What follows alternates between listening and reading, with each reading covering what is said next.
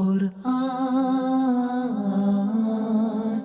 قرآن قرآن کی روشنی،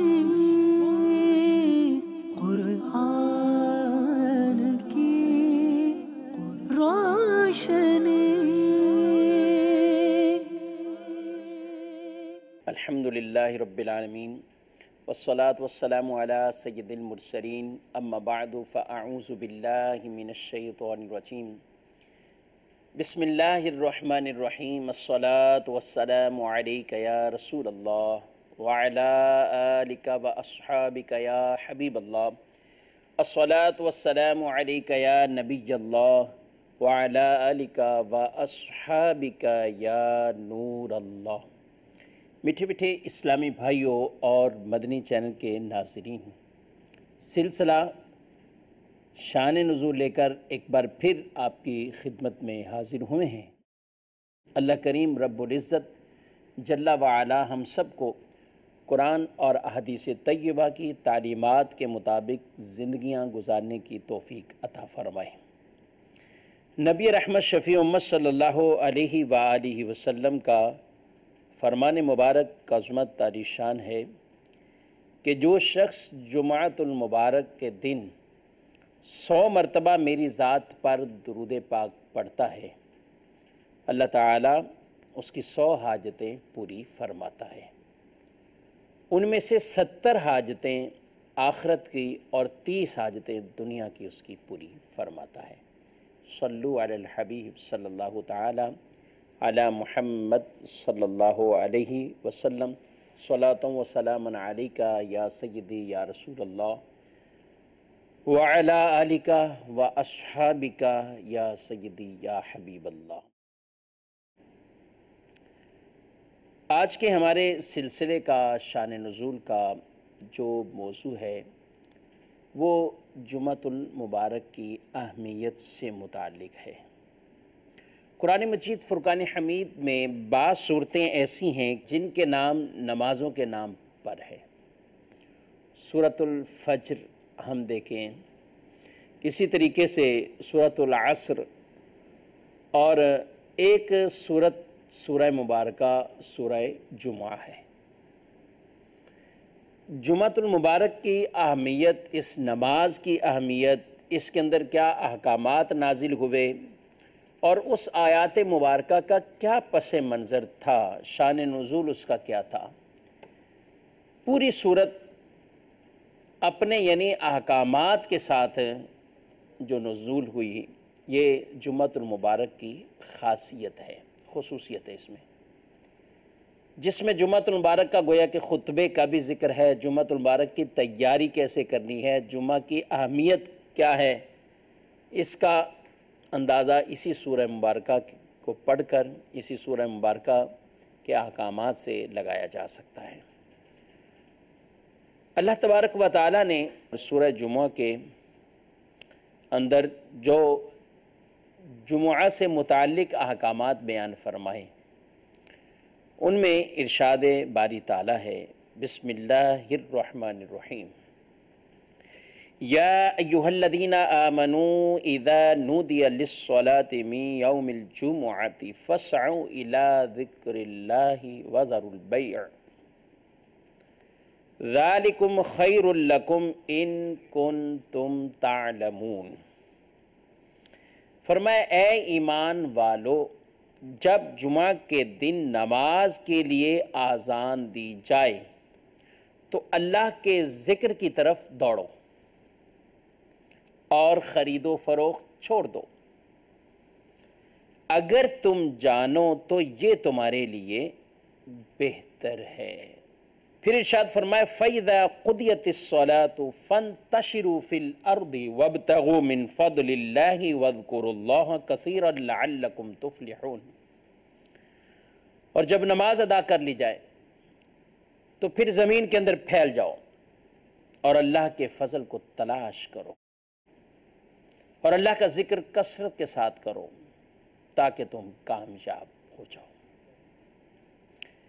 وَإِذَا رَأَوْا تِجَارَةً أَوْ لَهْوًا انفَضُّوا إِلَيْهَا وَتَرَكُوكَ قَائِمًا قُلْ مَا عِندَ اللَّهِ خَيْرٌ مِّنَ اللَّهْوِ وَمِنَ التِّجَارَةِ وَاللَّهُ خَيْرُ الرَّازِقِينَ۔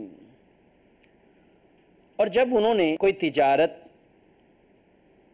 یا کھیل کو انہوں نے دیکھا تو اس کی طرف چل دیے اور تمہیں کھڑا چھوڑ گئے۔ تم فرماؤ جو اللہ کے پاس ہے وہ کھیل اور تجارت سے بہتر ہے اور اللہ بہترین روزی دینے والا ہے۔ اس آیت مبارکہ اور اس کا پس منظر اور اس کا شان نزول،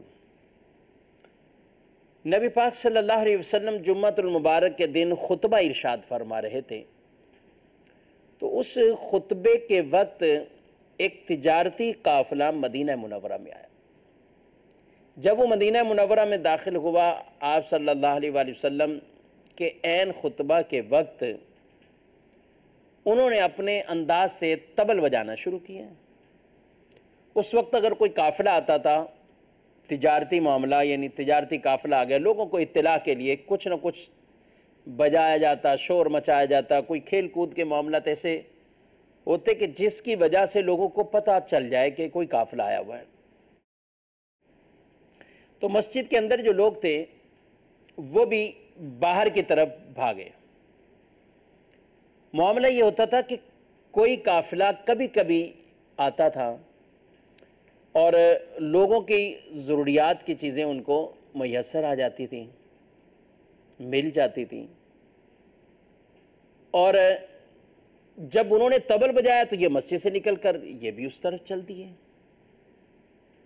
اللہ تبارک و تعالیٰ کو یہ انداز گویا کہ پسند نہ آیا اور اس پر آیت مبارکہ کو نازل فرمایا کہ میرے حبیب صلی اللہ علیہ وسلم خطبہ ارشاد فرما رہے ہوں، خطبہ دے رہے ہوں، اس وقت خطبہ چھوڑ کر چلے جائیں۔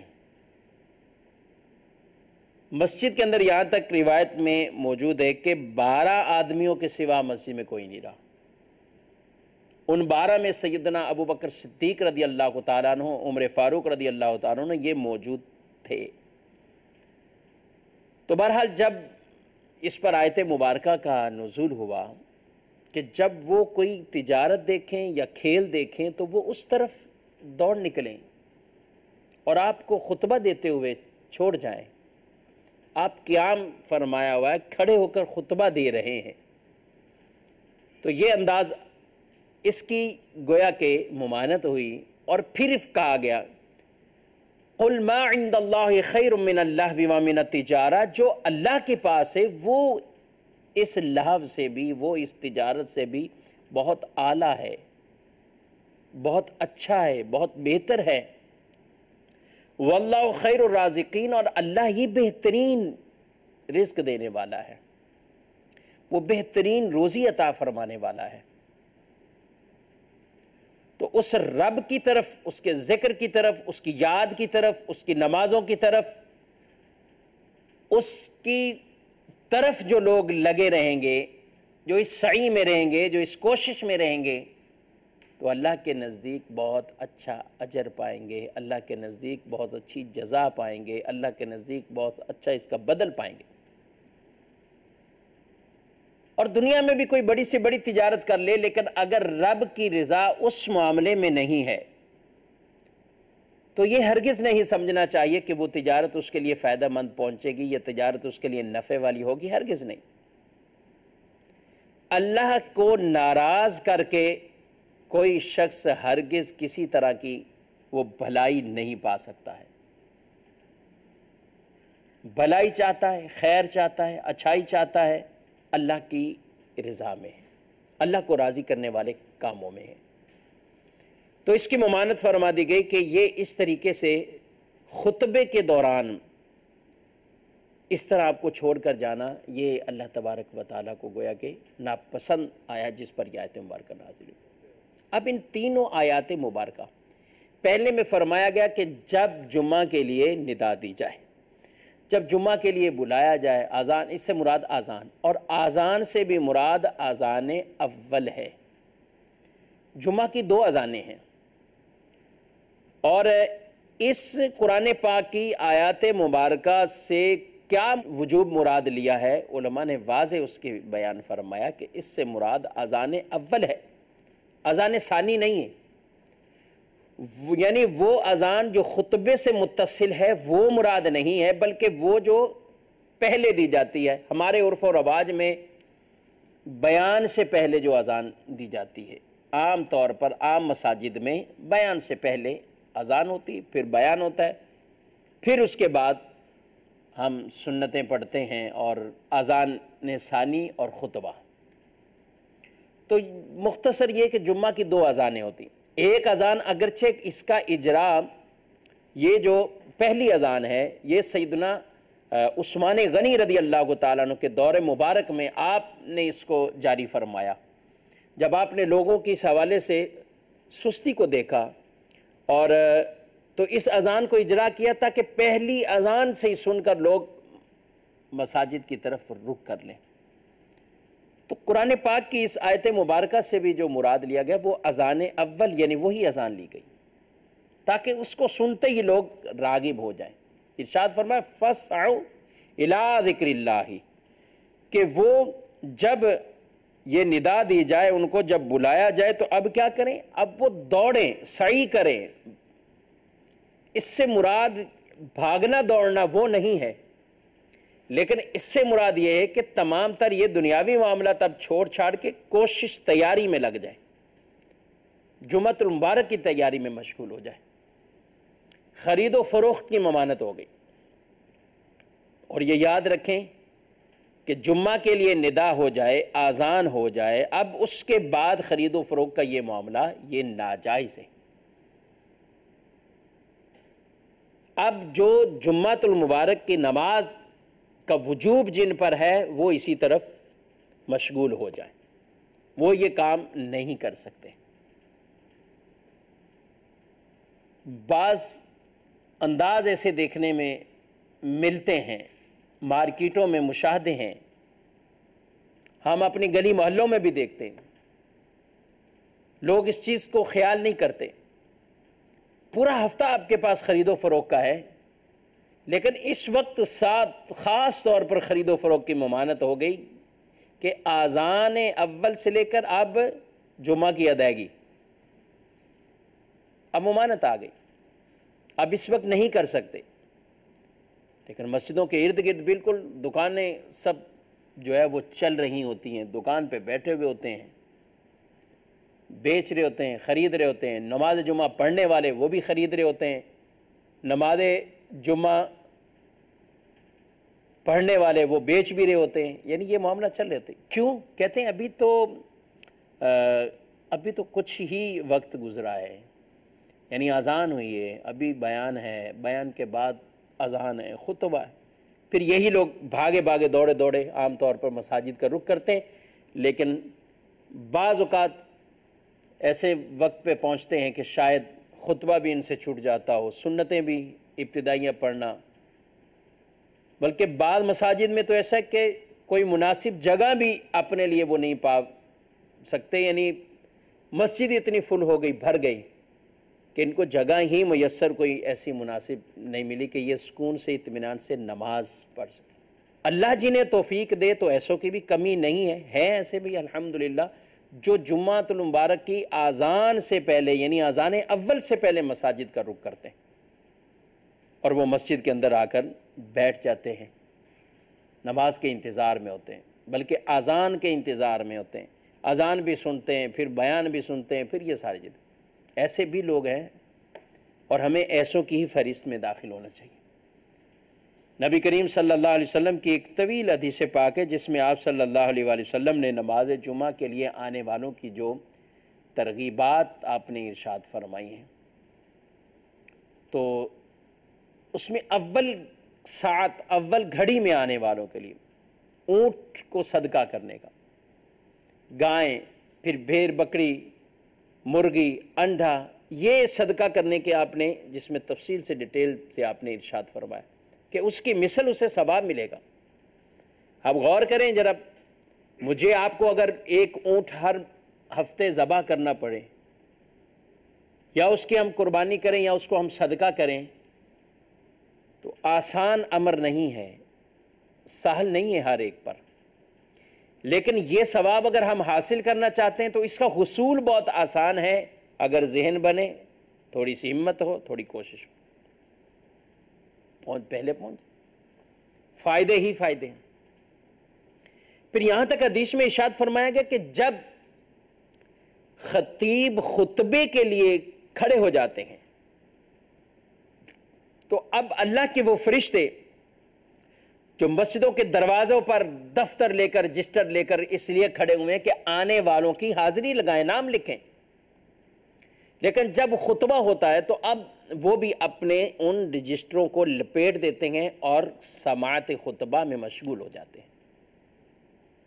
جب وہ خطبہ سننے لگ جاتے ہیں تو اب آنے والے کا نام اس رجسٹر کے اندر درج نہیں ہوتا ہے، اب اس کا نام اس میں لکھا نہیں جاتا ہے۔ تو اس لیے کوشش اور صحیح ایسی ہو جمعۃ المبارک کی نماز کے لیے کہ ہم جائیں بھی اور اول ساعت میں، اول گھڑی کے اندر ہم پہنچیں وہاں پر، اور جا کر نماز جمعہ کو ہم ادا کریں، اور یہ ایک عظیم فضیلت وہ حاصل کریں۔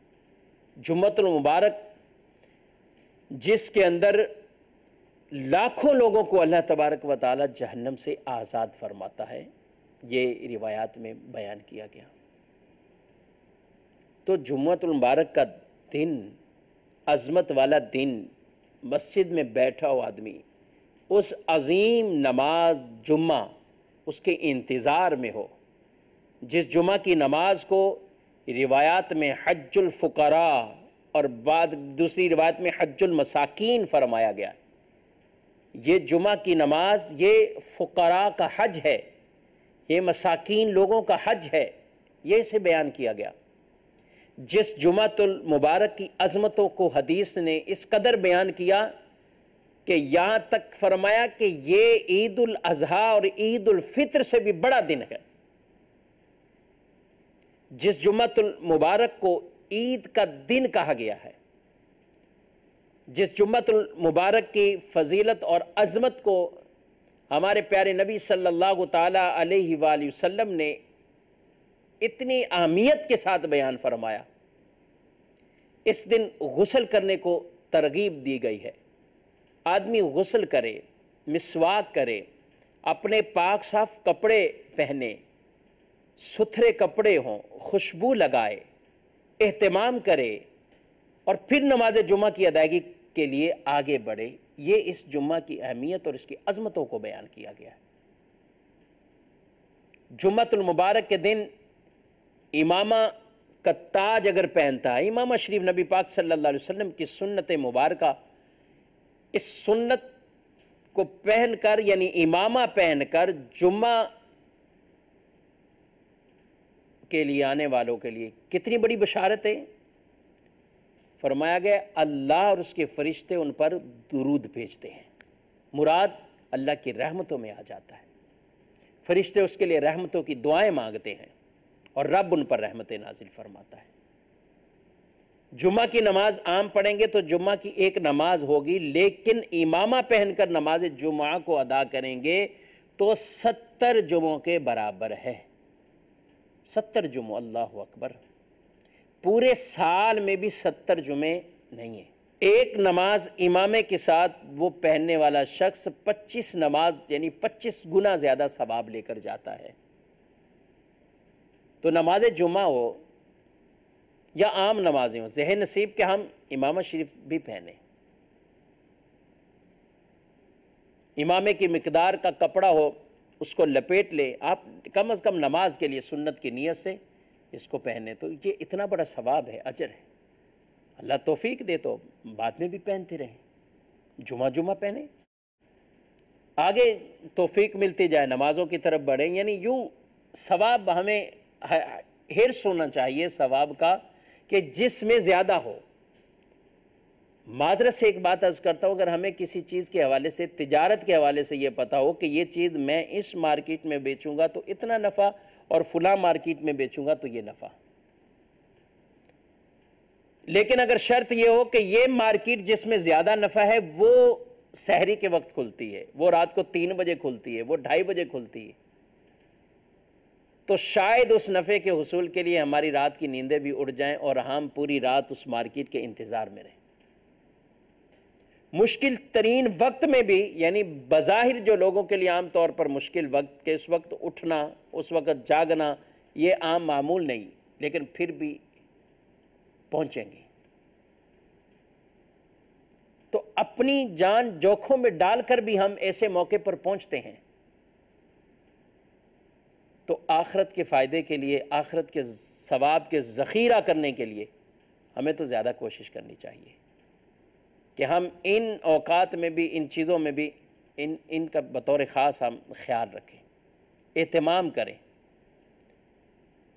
اور نبی پاک صلی اللہ علیہ وسلم نے جو یہ بشارتیں عطا فرمائی ہیں ان کے ہم حقدار بن جائیں۔ نبی پاک صلی اللہ علیہ وسلم نے جو پہلا جمعہ آپ نے پڑھایا مسجد قباء سے آگے، جب شروع میں مدینہ منورہ تشریف لائے آپ، تو وہ ربیع الاول شریف کا ہی مہینہ تھا، جی ہاں، جب آپ ہجرت کر کے مدینہ منورہ میں پہنچے، یہاں تک کہ پیر کا دن اسے بیان فرمایا گیا۔ اور آپ صلی اللہ علیہ وسلم نے پھر جب قباء سے آگے کی طرف سفر کیا تو وہاں پر جمعہ کا وقت، یعنی اگلے دن جمعہ، تو وہاں آپ نے نماز جمعہ جو پہلی آپ نے پڑھائی وہ وہاں پہ ادا فرمائی، اور اس مسجد کا نام بھی جمعہ مسجد رکھ دی گئی۔ ناظرین اور زائرین جو جاتے ہیں تو برکتیں اس مسجد سے بھی لینے کے لیے ہمارے آقا صلی اللہ علیہ وسلم نے وہاں نماز پڑھائی، اس کا نام ہی جمعہ مسجد ہے، اس کی بھی زیارت کرنی چاہیے۔ آپ صلی اللہ علیہ وسلم نے اپنی زندگی میں تقریباً 500 نماز جمعہ ادا فرمائے ہیں، اور یہ یاد رکھیں کہ بلا عذر شرعی جمعہ کی نماز بھی ترک کرنا، عام نمازیں بھی چھوڑنا حرام ہے، جمعہ کی چھوڑنا حرام، اشد حرام۔ حدیث میں ارشاد فرمایا گیا ان لوگوں کے لیے کہ جو جمعہ کی نماز کو ترک کر دیتے ہیں، کہا کہ جو شخص 3 جمعہ سستی کی وجہ سے چھوڑ دے تو اللہ تعالیٰ اس کے دل پر مہر لگا دیتا ہے، اللہ اکبر، وہ اس کی طرف سے اس کے دل پر مہر لگ جاتی ہے غفلتوں کی، سستیوں کی، اور اس کی شرح میں نفاق بھی فرمایا گیا، منافقت کی علامات کو بھی بیان کیا گیا۔ تو ایک جمعہ کی نماز بھی یہ قطعاً بلا اجازت شرعی چھوڑنے کی اجازت نہیں، جن پر جمعہ کی نماز ہے وہ جمعہ کی نماز ہی پڑھیں، یعنی یہ نہیں ہو سکتا کہ وہ یہ سوچیں کہ اب میری سہولت چونکہ ظہر پڑھنے میں ہے تو میں آرام سے اپنا اسی وقت میں ظہر کی نماز پڑھوں، یہ جائز نہیں۔ الحمدللہ مسلمانوں کی ایک تعداد ہے کثرت سے اہتمام کرتے ہیں کہ جمعہ المبارک کی نماز کو بڑی اہمیت کے ساتھ پڑھا جاتا ہے۔ جمعہ کو جمعہ کہا ہی اس لیے جاتا ہے، عربی میں اس کا نام عروبہ تھا، اور پھر اس کو جمعہ کہا گیا، کیوں؟ کیونکہ لوگوں کا اس کے اندر اجتماع ہوتا ہے۔ تو یہ جمعہ المبارک کی عظمت ہے، جمعہ المبارک کی برکتیں ہیں۔ نبی پاک صلی اللہ تعالیٰ علیہ وآلہ وسلم کے زمانہ اقدس کے حوالے سے کہ جمعہ کے لیے کس قدر لوگ دور دور سے آتے تھے آگے جمعہ کی نماز کو ادا کرتے، بلکہ امام غزالی رحمۃ اللہ تعالیٰ علیہ کے حوالے سے قبلہ شیخ طریقت امیر اہل سنت دامت برکاتہم العالیہ نے بیان فرمایا کہ پہلی صدی کے اندر لوگ جمعہ کے لیے جو اہتمام کرتے تھے وہ اس قدر کوشش اور سعی کرتے تھے کہ سحری کے وقت، سحری اور فجر کے وقت ایسے ہوتے تھے کہ گلیوں میں اور ان شارعوں پہ، راستوں پہ ایک رش ہوتا تھا اور لوگ جمعہ کی طرف جو گئے وہ جا رہے ہوتے تھے۔ آپ اندازہ کیجئے، اللہ اکبر کبیرہ، صبح کے وقت یہ رش ہے، یہ بھیڑ دیکھی جاتی تھی کہ لوگ جمعہ کے لیے اس قدر اہتمام کر کے جو ہے وہ جاتے تھے۔ تو اس لیے ہمیں بھی کوشش کرنی چاہیے کہ ہم جمعہ کی نماز کو بھی پڑھیں اور اہتمام کے ساتھ پڑھیں، عید سمجھتے ہوئے، یعنی عید اس کو کہا گیا ہے تو اس عید کی اہمیت کے پیش نظر ہمارا لباس، ہمارے انداز، ہمارے یہ سب معاملات، یہ نہیں کہ روز مرہ اب چونکہ ڈیوٹی پہ جاتے ہیں، سب کام کاج کے لیے بھی جاتے ہیں، جمعہ ہمارے ہاں ورکنگ ڈے، تو ایسا نہ ہو کہ ہمارے کپڑے اور لباس بھی جمعہ کے دن جو ایسے ہوں کہ دوسروں کے لیے تکلیف دیں، نہیں، جمعہ کے دن اہتمام ہونا چاہیے۔ آپ کہیں بھی ہو، آپ کام کاج میں، عام نمازوں میں بھی اہتمام ہونا چاہیے، لیکن جمعہ میں بطور خاص اہتمام ہونا چاہیے، اہتمام نظر بھی ہونا چاہیے، تاکہ جمعہ کی نماز کی عظمت کے پیش نظر۔ اس جمعۃ المبارک کی فضیلت کو بیان کرتے ہوئے نبی کریم صلی اللہ علیہ وسلم نے ارشاد فرمایا، تمہارے افضل دنوں سے جمعہ کا دن افضل ہے۔ یعنی بعد مہینوں کو بعد پر جیسے فضیلت ہے، تو دنوں میں سے بھی بعد دنوں کو بعد پر فضیلت ہے، تو ان ایام میں سے سب سے فضیلت والا جو دن ہے اس کو جمعۃ المبارک کہا گیا ہے۔ فرمایا جمعۃ المبارک، اسی میں آدم علیہ السلام پیدا کیے گئے، اسی میں ان کا انتقال ہوا، اسی میں سور پھونکا جائے گا۔ پھر آپ صلی اللہ علیہ وسلم نے فرمایا، اس دن میں مجھ پر درود کی کثرت کرو کہ وہ مجھ پر پیش کیا جاتا ہے۔ لوگوں نے عرض کی، یا رسول اللہ صلی اللہ علیہ وسلم، اس وقت حضور صلی اللہ علیہ وسلم کو درود کیوں کر پیش کیا جائے گا جب آپ دنیا سے زہری وصال فرما جائیں گے؟ یعنی یہ کیسے پیش کیا جائے گا جب آپ دنیا سے پردہ فرما جائیں گے، وصال فرما جائیں گے؟ تو اللہ کے نبی صلی اللہ علیہ وآلہ وسلم نے یہ بات ارشاد فرمائی کہ بے شک اللہ تعالیٰ نے زمین پر انبیاء کے جسم کو کھانا حرام کر دیا ہے۔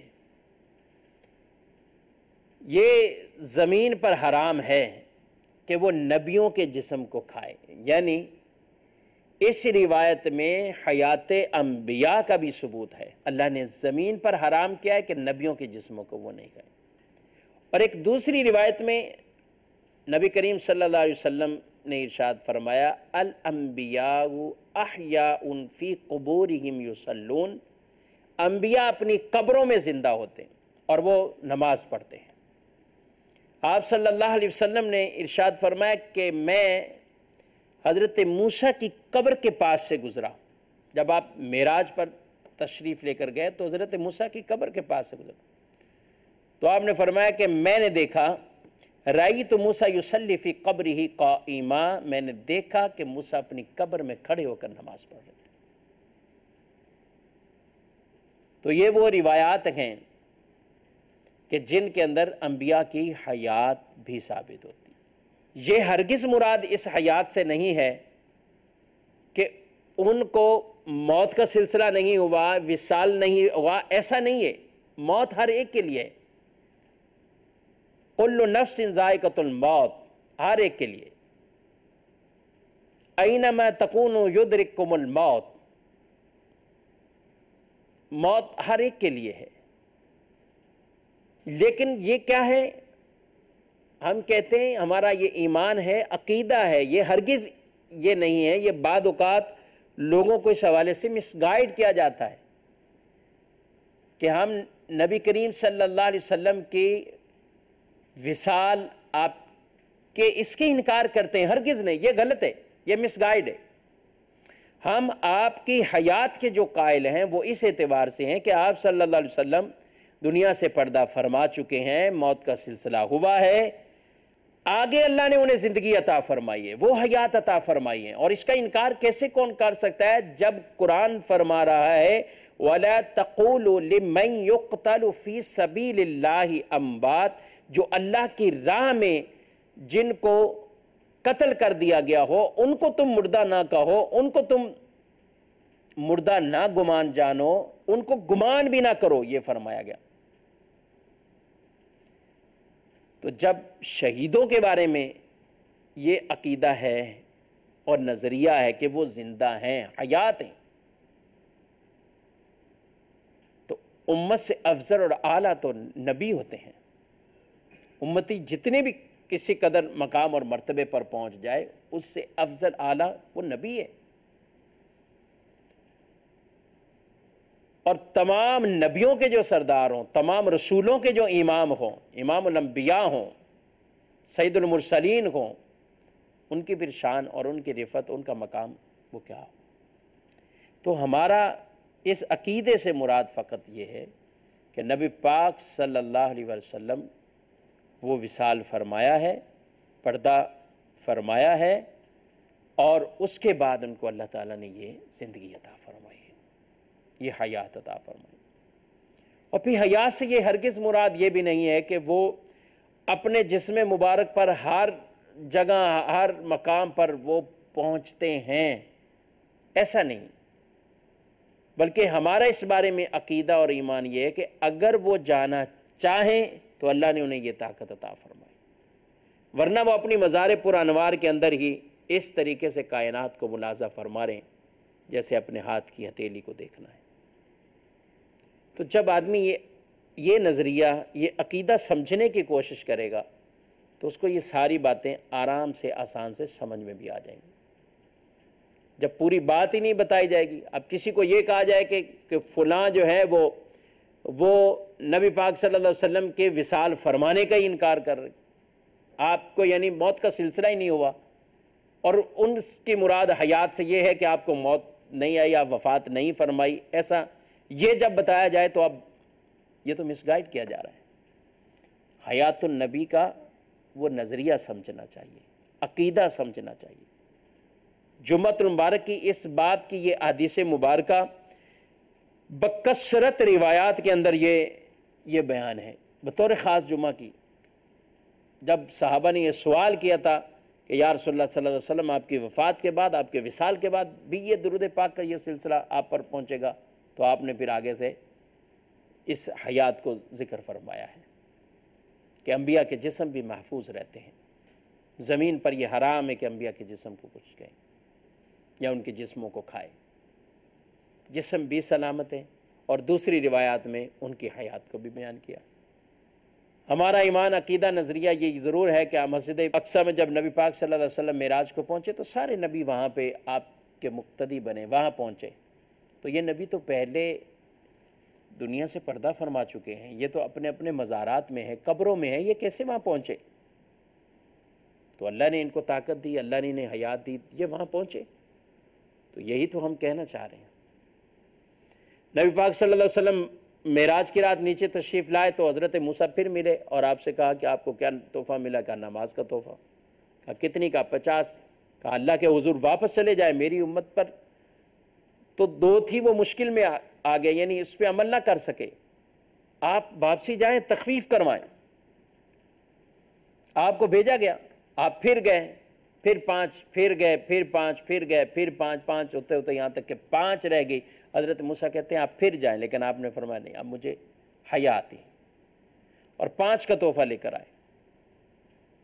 تو جو شخص بعد الوفات یعنی نبی پاک صلی اللہ علیہ وسلم یا کسی بھی نبی کے وصال کے بعد کسی طرح کا یہ عقیدہ رکھتا ہے کہ معاذ اللہ وہ اب کوئی کسی طرح کا تصرف نہیں کر سکتے، وہ کسی جگہ جا نہیں سکتے، وہ کسی جگہ پہنچ نہیں سکتے، کوئی ان کے اندر معاملہ نہیں رہتا، تو یہ تو پھر اس کو 50 نمازیں پڑھنی چاہیے.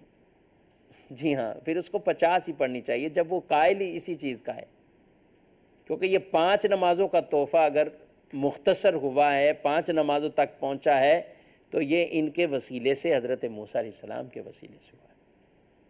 اور آپ نے یہ جو مدد فرمائی ہے، آپ جو یہ وسیلہ ذریعہ بنے ہیں، یہ اور آپ نے جو یہ تصرف فرمایا، یہ دنیا سے پردہ فرمانے کے بعد ہی فرمایا ہے. یہ روایات ہم سب پڑھتے ہیں، یہ روایات سب کو سناتے ہیں، لیکن اللہ کی رحمت، اللہ کی شان کریمی دیکھیے، 5 نمازیں کر دی گئیں لیکن ثواب 50 کا ہی عطا فرماتا ہے. تو میرے محترم اسلامی بھائیوں، ناظرین، ہم جمعۃ المبارک کی ان برکتوں کو ذکر کر رہے تھے. ایک اور روایت، سرکار مدینہ صلی اللہ علیہ وسلم نے فرمایا کہ جمعہ کے دن اور رات میں 24 گھنٹے ہیں، کوئی گھنٹہ ایسا نہیں ہے کہ جس میں اللہ تعالی جہنم سے 6 لاکھ آزاد نہ کرتا ہو. جن پر جہنم واجب ہو گیا ہو۔ ہر گھنٹے گھنٹے میں 6 لاکھ لوگوں کی مغفرت اور 6 لاکھ لوگوں کی بخشش ہوتی ہے۔ ایک اور حدیث پاک ہے جمعۃ المبارک کے حوالے سے، جو اپنے ماں باپ دونوں یا ان کی ایک ہی قبر پر ہر جمعہ